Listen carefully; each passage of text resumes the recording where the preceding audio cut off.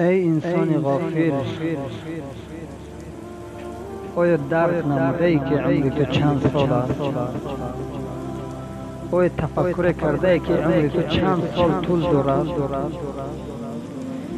عمر تو همگی 15 سال حیات داری تو. اگر عمرت 80 سال باشد 40 سال آن در خواب سپری می شود و 15 سال عمرت در کودکی می گذرد و 10 سال عمرت در بیماری و در پیری می گذرد. باقی ماند 15 سال حیات. در این 15 سال حیات تو چه عبادت کرده میتونی؟ آیا تو توشه آخرت جمع کرده میتونی؟ آیا در مقابل الله، در مقابل نعمتهای الله جوابگری کرده میتونی؟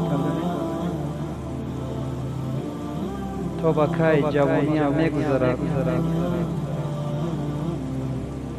آخرت آمدن نیست.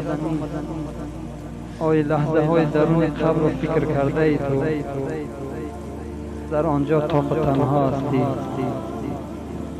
شریک نداری الا عمل های صالحات. اگر عمل های صالحات باشد بهترین، اگر نه وای بر حالت.